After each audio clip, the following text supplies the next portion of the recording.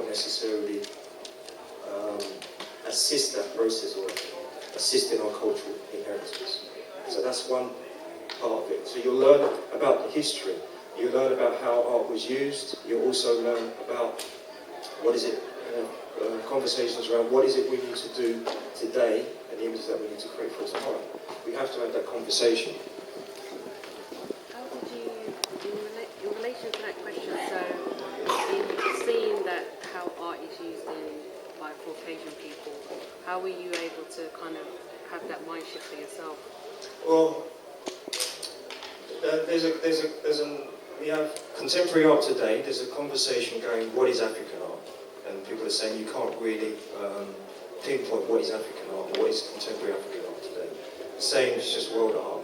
And lots of black artists will just say, I'm just an artist. But there is an aesthetics that ties you back to what you can say what African art is. There is. That conversation has to be had. Because you have to know the difference between what is Eurocentric art and what is African art. African art is over here, Eurocentric art is over here. It's not to say Europeans are not creating African art, yes they are. But it's the concepts and ideas that you have behind your art that is for the world, not against the world. And you have to understand how that was done with the traditional African concepts and how we need to do that today to take us forward. So that has to be a conversation within the program and around the work that people are creating, because they cannot, we can't continue to put out the images. So, for instance, an artist comes to me. They have been imbued with a particular cultural perspective on women, and they will present that within the work. You'll see it lots and lots. And then I have to have a conversation. I cannot say it's wrong. I just have to have a conversation with the artist and give them another point of view.